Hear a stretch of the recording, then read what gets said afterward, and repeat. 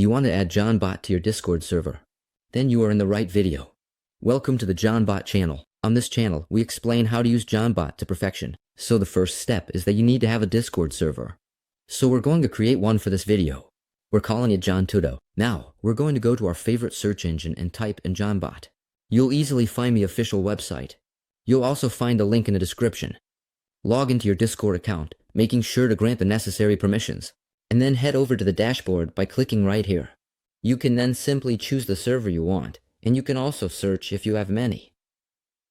Then, simply grant the necessary permissions, meaning the admin permission, so that JohnBot can function correctly. You then arrive on the homepage of the JohnBot dashboard. The bot has been successfully added to the server. You can check this by going to the member list of your server and seeing if JohnBot is online. If you have any issues during the bots edition, you can visit our Discord server, which is also in the description, and open a support ticket right here, according to your language. Following this video, we will post an upcoming video that will allow you to configure JohnBot, or at least, to prepare for future configurations, so don't hesitate to subscribe. See you soon.